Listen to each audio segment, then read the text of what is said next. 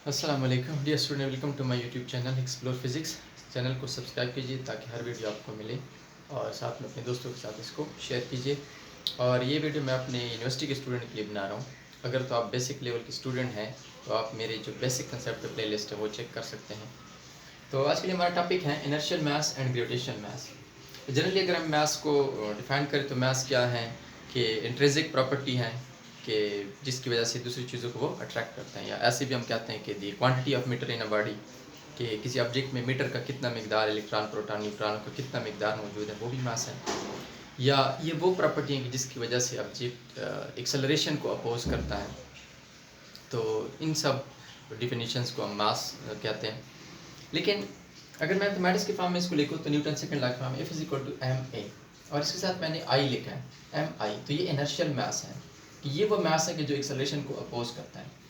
और F is equal to m g, ये वो मास है, जी ग्रेविटेशन मास है कि जिसकी वजह से एक ऑब्जेक्ट दूसरे ऑब्जेक्ट को अट्रैक्ट करता है। फॉर एग्जांपल ये m1 और ये m2, law of universal gravitation में हम पढ़ चुके हैं कि every object attract every another object. तो जिस ये वो मास, ठीक है, सब्जेक्ट का वो मास कि जिसकी वजह से वो दूसरे को अट्रैक्ट करता है, उसको हम नाम देते हैं ग्रेविटेशन मास। तो न्यूटन के मुताबिक ये दोनों जो है वो अलग हो सकते हैं। न्यूटन का सवाल था इस हवाले से कि ये दोनों कैसे अलग हो सकते हैं। तो इनको इक्वेट करने के लिए जो आप अगर लॉ ऑफ यूनिवर्सल ग्रेविटेशन में जी के वैल्यू को चेक करें 6.67 multiplied by 10⁻11 newton metre square पर कूलम पर केजी स्क्वायर, तो इन दोनों को बराबर करने के लिए जी के वैल्यू को एज्यूम कर लिया गया irrespective of nature, irrespective of their value, G की वैल्यू। लेकिन जस्ट इन दोनों को मैसेज को बराबर करना था तो जी की वैल्यू को एज्यूम कर लिया। लेकिन आइंस्टाइन ने कहा कि नहीं, ये दोनों मैसेज में कोई फ़र्क नहीं है, इनर्शियल मास और ग्रेविटेशन मास। ये तब पॉसिबल है कि अगर तो एक्सेलरेशन और ग्रेविटेशन जी में कोई फ़र्क नहीं है, ग्रेविटी और एक्सेलरेशन में अगर कोई फ़र्क नहीं है। तो कुछ ऐसे वो एक्सप्लेनेशन देता है कि सपोज करते हैं आप ग्रेविटेशन फील्ड में हैं और आप एक ब्रीफ केस को या किसी ऑब्जेक्ट को ड्रॉप करते हैं, तो उस ऑब्जेक्ट के ड्रॉप होने से जितना एक्सेलरेशन पैदा होगा वो सेम होगा अगर तो आप एक ऐसे फील्ड में हैं कि जहाँ पर जी की वैल्यू 0 है लेकिन आप एक्सेलरेट हो रहे हैं 9.8 मीटर पर सेकेंड स्क्वायर के साथ। तो वहाँ पे आप उस ऑब्जेक्ट को ड्रॉप करें तो जितना एक्सेलरेशन यहाँ पैदा हो रहा है उतना ही एक्सेलरेशन यहाँ पैदा होगा। तो इसका मतलब यह है कि ग्रेविटी और एक्सेलरेशन दोनों में कोई फ़र्क नहीं है। तो फिर आइंस्टाइन इसको दो पोस्टुलेट के फॉर्म में बयान करता है कि पहला पोस्टुलेट ये है कि फिज़िक्स के लॉज जो है वो सेम है, laws of nature, laws of nature जो है वो सेम है, चाहे वो इनर्शियल फ्रेम हो चाहे वो नॉन इनर्शियल फ्रेम हो। जैसे अगर हम यहाँ पे एग्जांपल ले लें तो ये नेचर का लॉ है ना कि आप ऑब्जेक्ट को ड्रॉप करते हैं तो उसने एक्सेलरेट होना है। तो यहाँ पे आप ग्रेविटेशन की वजह से वो एक्सेलरेट हो रहे हैं, ग्रेविटी की वजह से। और यहाँ पे आप ग्रेविटी नहीं है लेकिन आप एक्सेलरेटेड रेफरेंस फ्रेम में हैं तो ऑब्जेक्ट ने उतने रेट से एक्सेलरेट होना है जितना वो यहाँ पे हो रहा है। तो लॉज ऑफ नेचर में कोई फ़र्क नहीं है, चाहे आप इनर्शियल रेफरेंस फ्रेम में और नॉन इनर्शियल, यहाँ पे अगर आप चेक करें तो नॉन इनर्शियल रेफरेंस फ्रेम, तो लॉज ऑफ नेचर में कोई फ़र्क नहीं है। और दूसरा पोस्टुलेट उसका कुछ इस तरह है कि ग्रेविटी और एक्सेलरेशन में कोई फ़र्क नहीं है, gravity and acceleration are same thing. Gravity और एक्सेलरेशन जो है वो दोनों एक ही चीज़ है कि जो इफेक्ट ग्रेविटी से पैदा होता है वो इफेक्ट एक्सेलरेशन से पैदा होता है। और फिर उसके बाद ये आइंस्टाइन कुछ ऐसे इसको प्रोसीड करता है कि इसका तो कहने का मतलब फिर ये है कि अगर आप एक एक्सेलरेटेड रेफरेंस फ्रेम में हैं और आप ऐसे एक लेज़र लाइट को शाइन करते हैं और लेज़र लाइट को यहाँ से जाने में थोड़ा सा टाइम लगेगा, तो इसका मतलब ये है कि अगर ये फ्रेम रेस्ट में होता तो लेज़र लाइट ने ऐसे यहाँ टकराना था, लेकिन चूंकि ये रेफरेंस फ्रेम ऐसे ऊपर की तरफ एक्सेलरेट हो रहा है तो लेज़र लाइट अब यहाँ के बजाय यहाँ को हेड करेगा। तो इसका मतलब ये है कि हमें ऐसे लगेगा कि light rays band because of acceleration, या यहाँ पे चूंकि एक्सेलरेशन और ग्रेविटी में फ़र्क नहीं है तो फिर हम ये कह सकते हैं कि लाइट रेज ग्रेविटी की वजह से भी बैंड हो सकते हैं। तो फिर ये जब सोलर इक्लिप्स हुआ 1915 या 1916 में, तो सोलर इक्लिप्स में सन से रोशनी आना बंद हो गई, तो दूर के स्टार्स से रोशनी आ रही थी। तो जब उनको टेलीस्कोप से देखा गया तो कुछ ऐसे पाया गया कि जैसे जब ये रोशनी लाइट रेज सन के करीब आते हैं तो वह ऐसे बैंड हो जाते हैं। तो इसका क्या मतलब है कि अर्थ के सन के ग्रेविटेशनल फील्ड की वजह से बैंड हो जाते हैं। तो इसका मतलब ये है कि ग्रेविटी कैन इफेक्ट लाइट, कि ग्रेविटी की वजह से लाइट रेज बैंड हो सकते हैं। और फिर उसके बाद आइंस्टाइन मोर बोल्डली ये स्टेप उठाता है कि ग्रेविटी जो है वो फोर्स नहीं है बल्कि वो स्पेस टाइम कर्वेचर है। अब इस पर बात कर लेते हैं कि स्पेस टाइम कर्वेचर से क्या मतलब है। अच्छा डियर स्टूडेंट, तो आइंस्टाइन ये क्यों कहते हैं कि ग्रेविटी फोर्स नहीं है? क्योंकि कायनात में 4 किस्म के फोर्सेस हैं, उन सब का कोई पार्टिकल है, मैसेंजर पार्टिकल जिसको आप नाम दे सकते हैं। और ग्रेविटी का जो पार्टिकल है वो ग्रेविटान है, थ्योरी से हम उसका नाम दिया हुआ है तो ग्रेविटान। लेकिन अब तक वो एक्सपेरिमेंटली डिटेक्ट नहीं हुआ है। तो एक तो ये स्ट्रांग आर्गूमेंट है कि ग्रेविटी जो है वो फोर्स नहीं है। अगर वो ग्रेविटी का फोर्स है तो होता तो फिर उसके बाद ग्रेविटान भी डिस्कवर हो चुका होता। तो आइंस्टाइन कैसे एक्सप्लेन करते हैं इस चीज़ को कि ये एक ऐसे एक्सटेंडेड रबर शीट की तरह है, ये जो स्पेस एंड टाइम है ये ऐसे रबर शीट की तरह।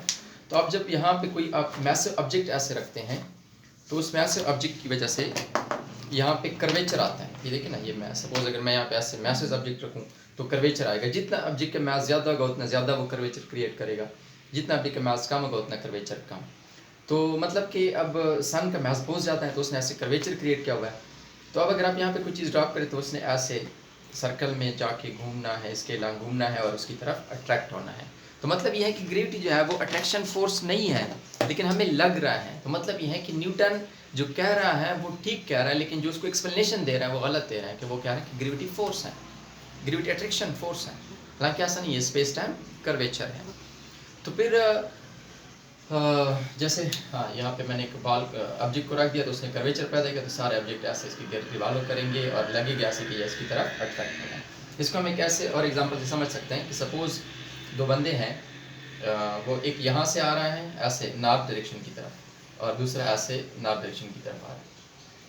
तो ऐसे मैं यहाँ पे ड्रा कर देता हूँ। तो यहाँ पे अगर आप चेक करें, ये दोनों ऐसे करीब आ रहे हैं, इन दोनों को लग रहा है कि हम एक दूसरे को अट्रैक्ट कर रहे हैं, हालांकि ये दोनों एक दूसरे को अट्रैक्ट नहीं कर रहे हैं, बल्कि ये दोनों इंटेंशन ऑफ मोशन की वजह से ऐसे करीब आ रहे हैं। तो बिल्कुल इसी तरह यहाँ पे भी 2 ऑब्जेक्ट जो है वो कर्वेचर की वजह से एक दूसरे के साथ करीब आते हैं और हमें ऐसा लगता है कि ये एक दूसरे को अट्रैक्ट कर रहे हैं।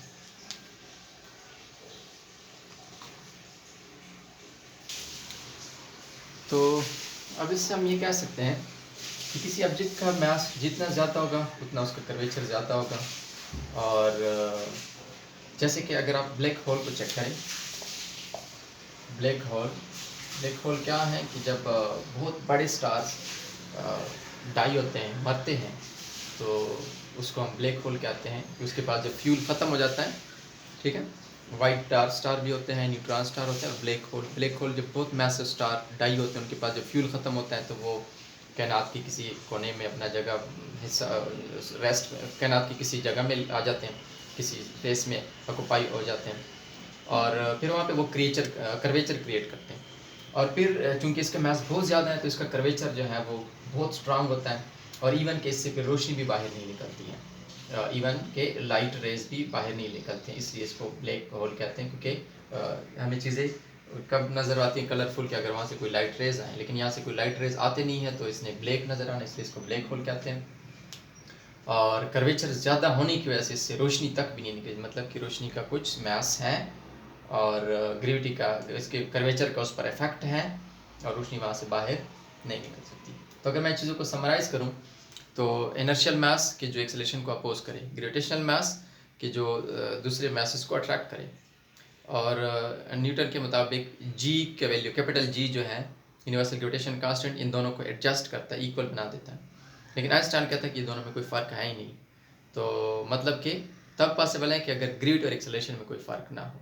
तो फिर आइंस्टाइन के पोस्टुलेट कुछ इस तरह है कि लॉज ऑफ नेचर सेम है, चाहे इनर्शियल फ्रेम है चाहे नॉन इनर्शियल रेफरेंस फ्रेम, और ग्रेविटी और एक्सेलरेशन में कोई फ़र्क नहीं है।